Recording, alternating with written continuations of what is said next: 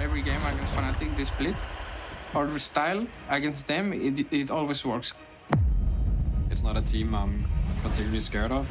Just recognize whenever they're hinting, and then you can take advantage. Irita on the back line. BTO gets jumped on by one name. That's immediately deletion. Misfits are breaking the curse of losing to Rogue all year long. They are not a team to be underestimated, I think. We won 5 games against Rogue, but I think we are the better team, in my opinion, if we play our game. Leader dives in, but immediately is stunned. The Everforce goes out as well, and Leader has nowhere to go. Upset goes on a rampage as Adam tanks up 4 members of Vitality. Fnatic is looking to make their way forward in the LEC playoffs. I always think that they stole the trophy that I deserve. That's true, we stole their trophy. It would be really annoying if you would lose to them again. I think it will be much different this time. It's gonna be more Mad Lions side league. I don't like them. For sure, it's gonna be in our heads for forever, probably. But whenever we play against Mad Lions, we will remember that series that we lost. Inspired with the blade of the Ruined King, Diego shuts down Misfits for the ace, the pentakill. I think we would play with more restraint, and if some of these plays that Inspired did would not happen to us. We think we won the mental warfare when we banned Brand. I'll ban Brent. What? What did we miss in a week of scrims? G2 are stuck in Mad Lions' jungle. Arma coming in on the backside. They're going to try to collapse on the pins. Oh, Rekkles is hit. Arma out already, but Yo-Yo now looking to finish up. Arma started the game, and Mad Lions are looking to finish it. Mad Lions shredding through the fight. Yanko switching for a reset. Mad Lions obliterating G2. Has someone finally surpassed G2? Look at the frown on him. Look at the crown on me. This is the playoffs, Mad Lions. We were promised, and they delivered. There's a very likely chance that we might see G2 versus Fnatic for a world spot live on the line. It's not going to Worlds would just be completely crazy. I think I've always gone to Worlds every single year. So I think we're just going to have eyes on the prize, make sure we make it to Worlds, and then after that we can show up in the final week. Yeah, I have to still give G2 credit, and I still think they're very strong team. Yeah, I wouldn't even be surprised if they make it to finals. Keep your eyes on those arrows because they do big damage. Kaiser almost immediately deleted. Mad Lions are being slaughtered. G2 in absolute control. Everyone will be so try-hard and willing to win. Now we still can go to Worlds. When it comes to playing for our lives, we should be able to do it. We need to prepare really well against both teams because they play very different, and make sure we have good plans. Just because we won, it doesn't make us the best. I do think we are really strong, but they have capacity to beat us as well. I think we will be ready to win this LEC.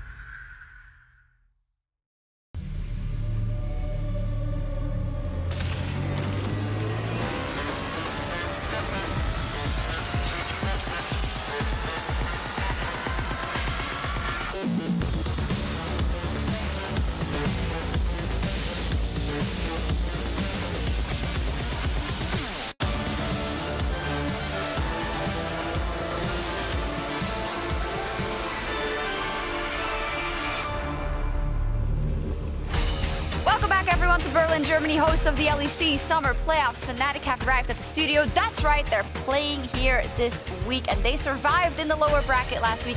But tonight, their season is on the line once again as they take on these Misfits who have surprised us time and time again this summer.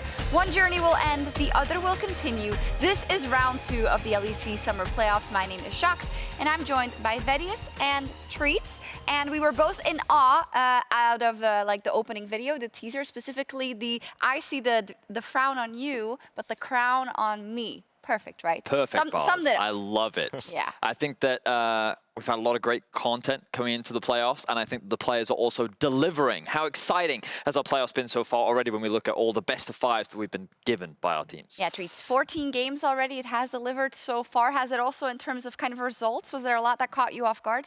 I mean, I think especially the G2 series went very swiftly. I think Mad Lions took them by storm, and I think the other series have been absolute bangers, and I don't think it will stop here today. Oh, I agree with you. So let's take a look at the bracket, because last week, indeed, we saw the spring finalists Rogue and Mad Lions secure their spot at Worlds, and Fnatic earned another shot in the lower bracket. Of course, there's one spot at Worlds left going for a team out of the lower bracket. Rogue and Mad have qualified, and they have now secured top 3 and are fighting each other in the Kings match. Treatz, what do you think of this rematch that we're going to get of Rogue versus Mad tomorrow? I think it's always a matchup that will deliver. I think especially if you look at the junglers, they were super strong in spring, and Inspired has had some insane pop-off moments in playoffs so far, so it will be exciting. I think that last time it was very much a clash of styles, right? Where you saw Mad trying furiously trying to attack the top side of the map with Rogue attacking the bot side, and Mad coming up clutch with some insane team fights at the end of the game that kind of stole away the game from Rogue. You know that when these two teams meet, it's going to be a bloodbath, and I'm expecting the same thing once again when we see them play tomorrow. We're looking at Inspired's pentakill here. Many said that if it wasn't for Inspired, they wouldn't have beat Misfits at all. Vedius, now a week later, how do you look back on Rogue's performance last week? I think that it was a bit of an underperformance compared to what we normally see from Rogue. I definitely think that they were caught off guard by some of the drafts and preparation that Misfits brought into the week. And if it weren't for Inspired, as you rightly said, I think that there's a good chance that Misfits could have actually been one of the teams going to Worlds, and Rogue had been fighting through the lower bracket. We'll see what happens, and if Rogue has gone through the training schedule and is stronger tomorrow versus Mad. But we have to say goodbye to Vitality as well. Treatz, 5 games versus Fnatic. We saw a lot of sentiment on social being, well, I'm so glad we even made it to playoffs. I kind of think like there was more in the tank. You have to think that, right, in a game 5? Yeah, I mean, I think they showed a lot of strengths in their series against Fnatic, and I think it was super close at some points, but Fnatic looked a bit stronger, but honestly, I think Vitality can be proud of themselves as well. Yeah, they've developed a lot. I think that when this roster came together, there was a lot of excitement around it, largely because of the names on this list and a lot of the storylines. Fnatic, former Fnatic jungler, rather, leader joining the roster, a bunch of other rookies alongside him, and I think that people's expectations were very high.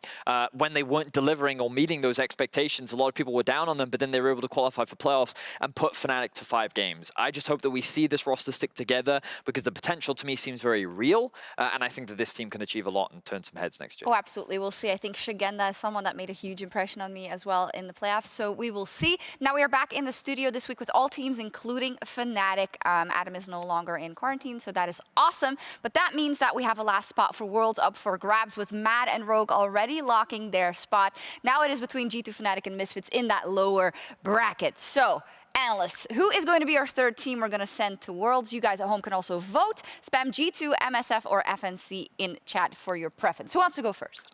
So I'll talk about Misfits first, because I think that they've turned a lot of heads recently, and I think that when people look at this roster, they're not entirely sure what to make of it, because all they've done is really surprise throughout the split. They're a team that I think that clearly plays around top side of the map. They clearly have a strength in Hirit, in which if they can get him ahead, they can leverage, and they've shown strong team fighting off the back of VTO and Corbe as well. I think that as a team, they have a very defined style, but it's difficult for me to see them overcoming a team like G2 when they are so linear in their approach to the game. We've already seen how Rogue has found ways to shut them down, and I think a team like creative as G2, and maybe even Fnatic today, can actually find a way to stop Hirit from popping off and snowball. So I'm hearing, I would love Misfits to make it if they can, but you're going to give it to the G2. I think that I'm more on the side of G2, because I think that when we look at how Misfits and very much how Fnatic approach the game, both of them are very linear. They have a very clearly defined style, whereas to me, G2 seem a lot more flexible in how they can actually carry, even if in playoffs they haven't quite shown it yet. Yeah, but they haven't shown it in playoffs. So Treatz, are you also on the G2 train, and why, and how do you think they can make it?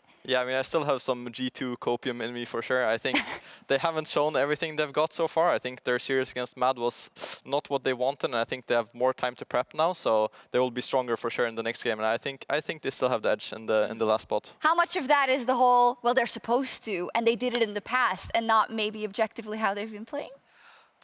For me, it's very much objectively how they've been playing. Okay. I think that it's more so like Fnatic is very much around playing for bot side of the map. And I think that we've also seen ways in which you can shut that down. Misfits is very top side focused on ways you can shut that down. G2, I think that there's just more in the tank that we haven't seen yet. Perhaps that is just copium. Perhaps I am just giving them the benefit of the doubt. But I really think that that game one from them in their series was the best game of League we've seen all splits long. So if they can just find more consistency in that performance, then I know this team is going to make it work. All right, we've got some G2 copium. We've got some Misfits copium. Treatz, give the Fnatic fans some copium. How did they make it to Worlds? I mean, I think Upset needs an insane carry performance for him to make it to Worlds. I think he's shown insane stats so far, and I think everyone in Fnatic needs to like step it up a bit. But yeah, Upset is a good start at least. We'll see how that goes today. Let's check in with the Discord voters who have 16% for Misfits. That's not much.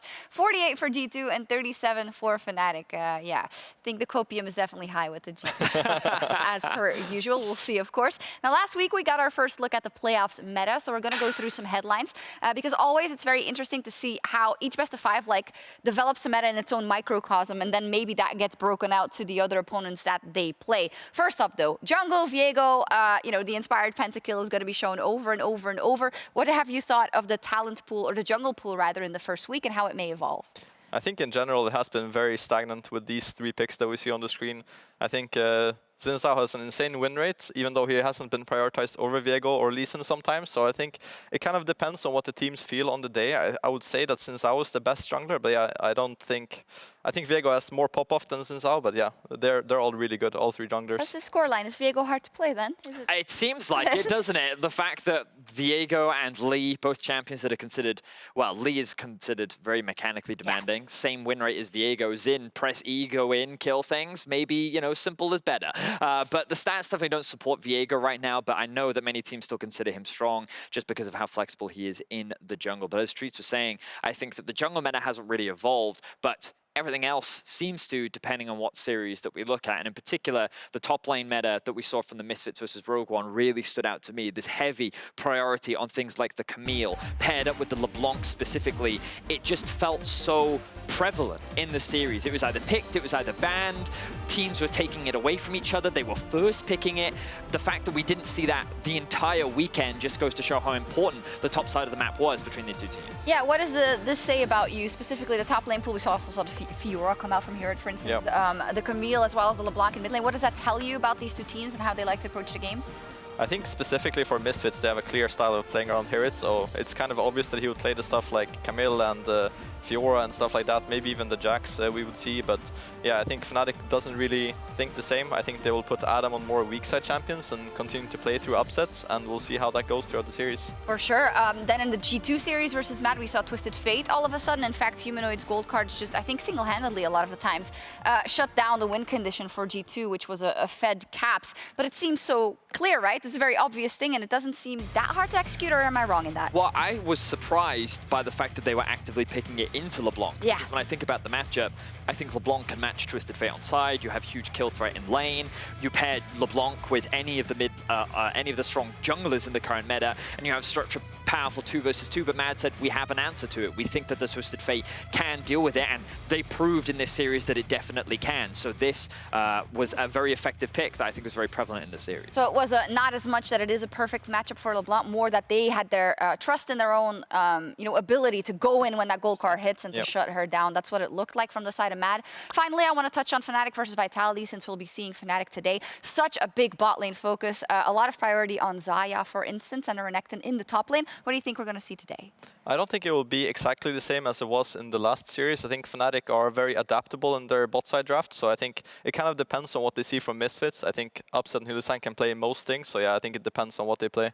It was really interesting to me in this series how it was very evident that Jagenda wanted Renekton, right? And both teams were quite keen and happy to play it, which when this top side of the map is very much wanting to get in your face, wanting to dive on top of you, the AD carries inherently become Aphelios, Ezreal, Xayah, all of these champions that love it when you come into them, and they become very prevalent in the series. And what all these series really highlighted to me was when you have that prep time and you have that focus on these teams, the drafts can evolve dramatically between the teams. Oh yeah, absolutely, and vastly different styles between the teams, which is why I'm particularly excited for what's going to happen this weekend in terms of drafts. But tomorrow we're of course watching a rematch of the LEC Spring Finals as Rogue look to get their revenge on the Mad Lions.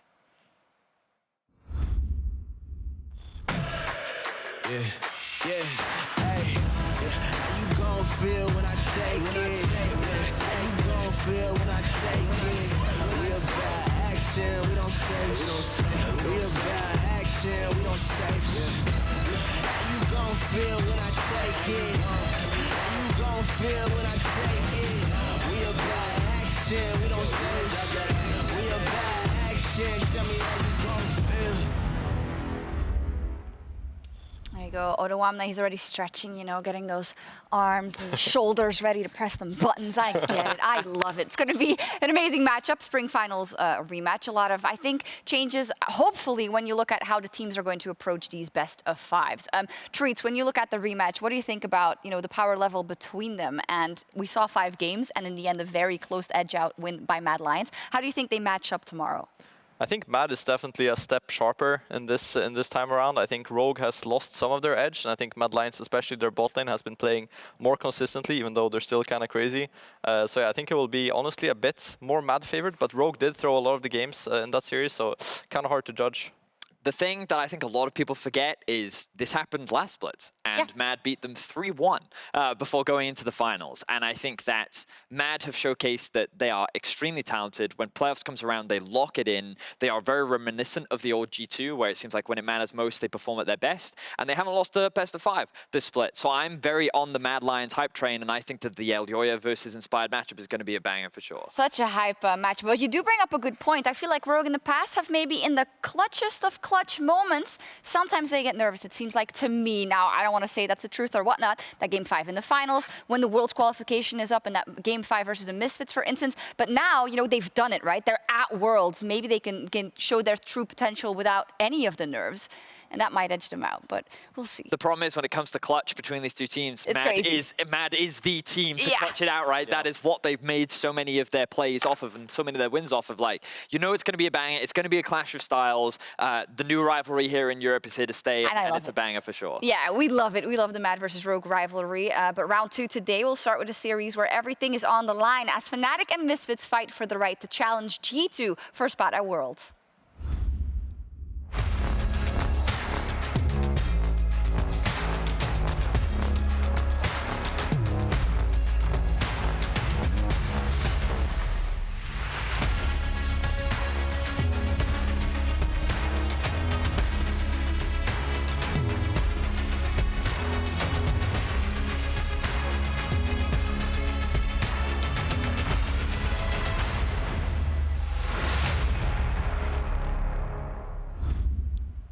Fnatic versus Misfits, and Fnatic, well, the faithful have had a pretty tumultuous year, I would say.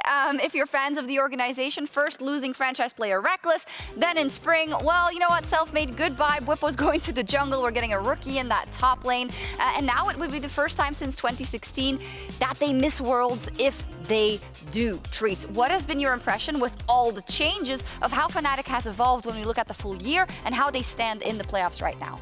Yeah, I think they can be happy with their performance if you think about the roster changes, but also I would say that since they're so close now to tasting the last world spot, they really want to get it. So you can see on them that, yeah, they will do whatever it takes to get this world spot, and they're on a good way so far at least.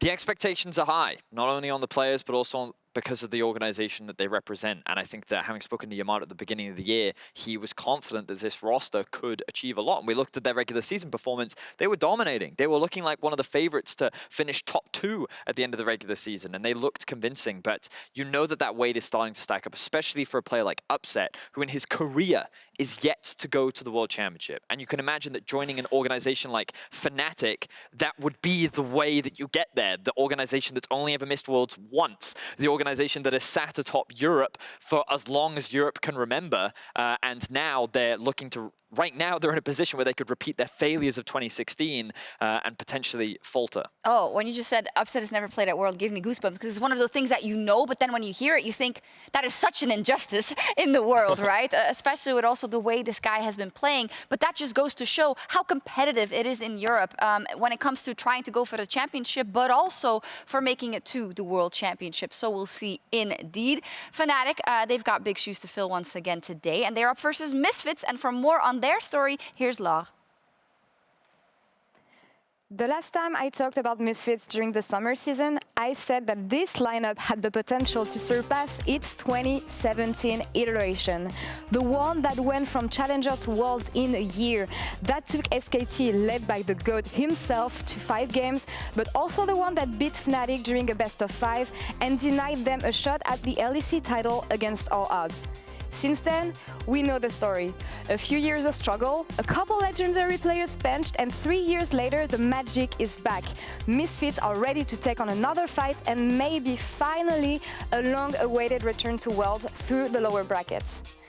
Throughout the whole summer season, every time I had interview with Misfits players, what I heard the most was that it was never enough for them. But it also transpired with this team that all these players' ambitions were as big as their dedication to this game. Even if they reach the playoffs, fans see Misfits as the underdog team, regardless of the opponent. But after last week, is it still the case? Because going up against Rogue, no one would have given them a chance, and after a difficult game 1, they managed to keep on being creative and played proactively towards their teamfight mid-game strength. They took the spring finalists to Game 5, playing on known weaknesses from Rogue, and even if they got inspired, that series wasn't what we expected at all that day. It's easy for me to think about how far they've come as I got to introduce Vito on broadcast at the beginning of the year. And I said, people are wondering if he's too young. And he says that whatever the challenges and difficulties, he can and will learn from them. He arrived in the LFL back then as a promising rookie wanting to learn, and he quickly became a top mid laner. And I think it's fair to say that Vito had a rapid ascension in the LEC.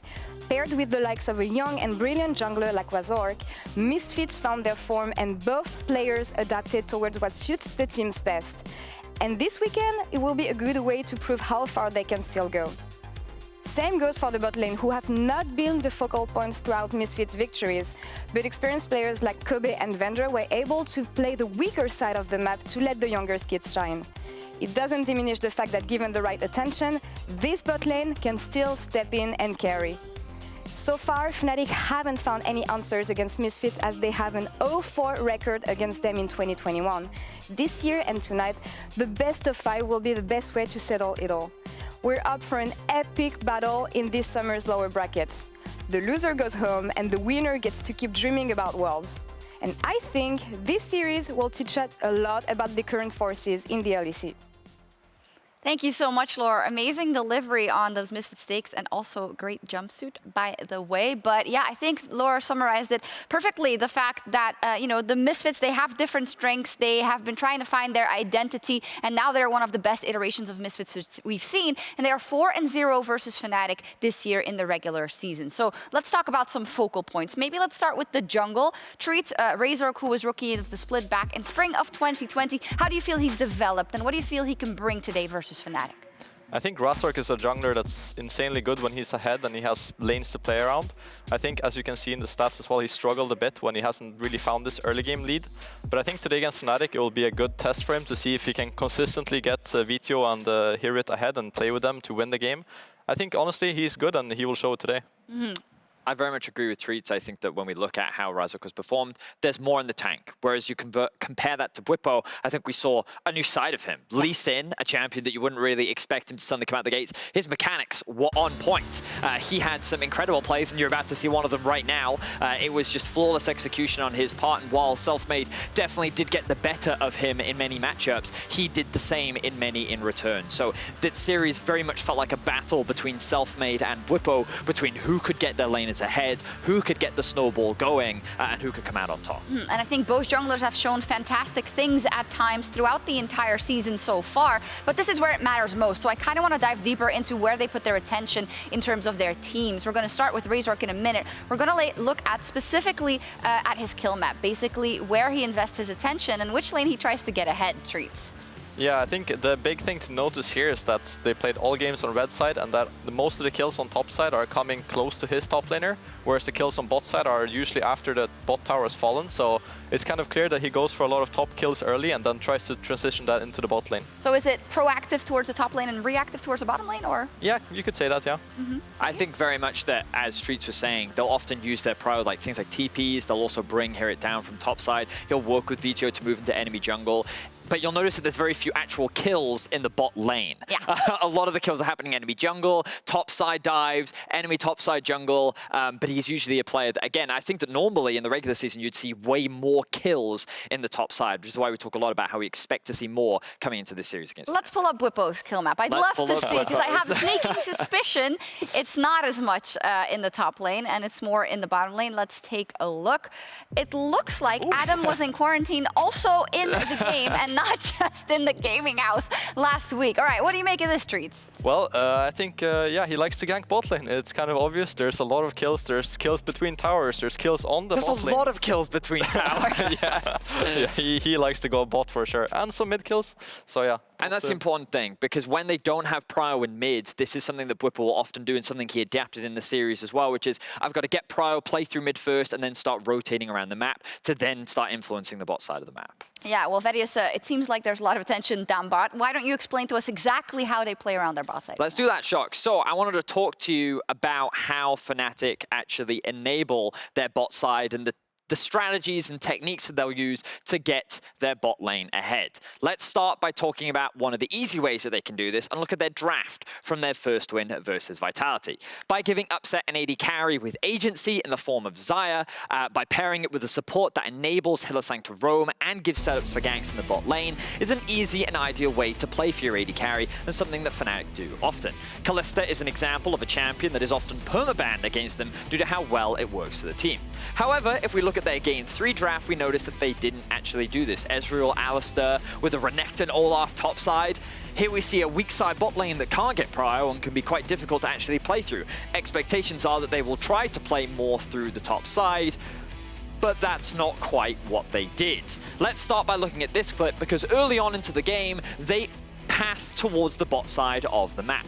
Bwipo decides that, hey, there's a real risk of a slow stacking wave against an Alistar. They could actually threaten to dive this bot side, and I think his main purpose is to cover the bot lane in the event of a possible early dive. If we think back to G2's game 1 against Mad, this is an example of where you can easily stack a wave and put the enemy bot very far behind very early, and this is something that Fnatic don't want to do. So you can see Bwipo doing this clear, not optimal for him, not ideal for him, but better for his bot lane. So the jungler often paths and looks to cover the bot side of the map. Well, what else does he do? Teleports. Let's have a look at this next clip. So here, we're going to be looking at Fnatic looking to get themselves a pick onto Vitality after they just secured themselves the Rift Herald. So they're going to kill Selfmade. Things are going to be looking fine and dandy. So what do they do with this opportunity? Let's start by bringing up the minimap. And the first thing you'll notice here is that the Renekton is starting to go base. Now, Fnatic have a couple options here. They can look to try and push in this mid wave, maybe get a couple plates. Maybe they can actually threaten a dive towards the top side of the map.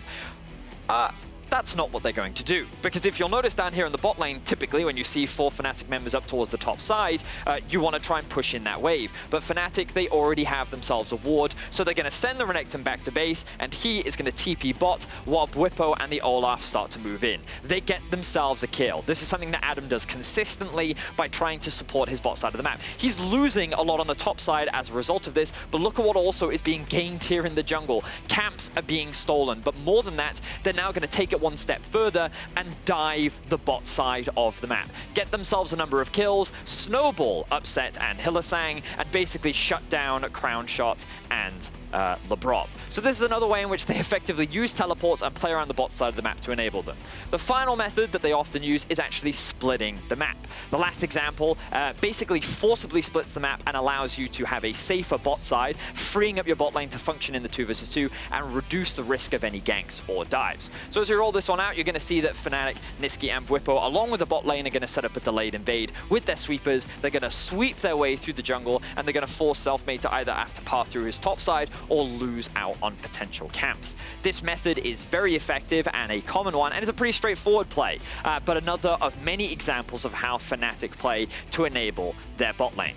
Oh, yeah, and they also, they level 2 gank a lot. They do a lot. They do that quite often, actually. Yeah. Thank you so much for that, Vedius.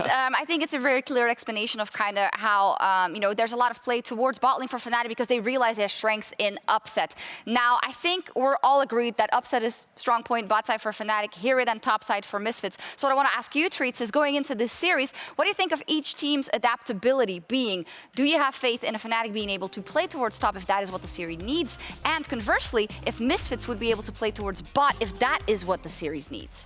I think I would have a bit more faith in Fnatic playing around Adam, because I think that's how he played when he was playing on K-Corp as well. He played a lot of strong champions. He was playing 1v2, 1v3, but he also got a lot of jungle attention and was carrying from top. So I think I would have a bit more faith in that than Misfits playing a bot, which they haven't really shown that they want to do, or they haven't really picked for that either. So yeah, a slight advantage to Fnatic there, I would say. Okay, we'll see. We're out of time. Do you want to just add? Well, the honest, I'm on the opposite side. I think that Misfits actually will have more effectiveness at shutting Adam down. I think that he's quite volatile, and I think that Misfits will be able to get the win. I'm glad you got that in there, but they already gave us like 30 seconds extra, so I need to know your predictions. Who's going to win? Fnatic or Misfits, Treatz? 3-2 Fnatic for me. Oof, 5 games. 3-2 Misfits for me. Oof, okay. I wish I had a little bit more time to explain. Discord has voted 3-2, but I don't know for who. Fnatic, of course. There we go. We'll see what happens. It's do or die for both teams tonight as they fight for survival in the lower bracket. Let's get into the action.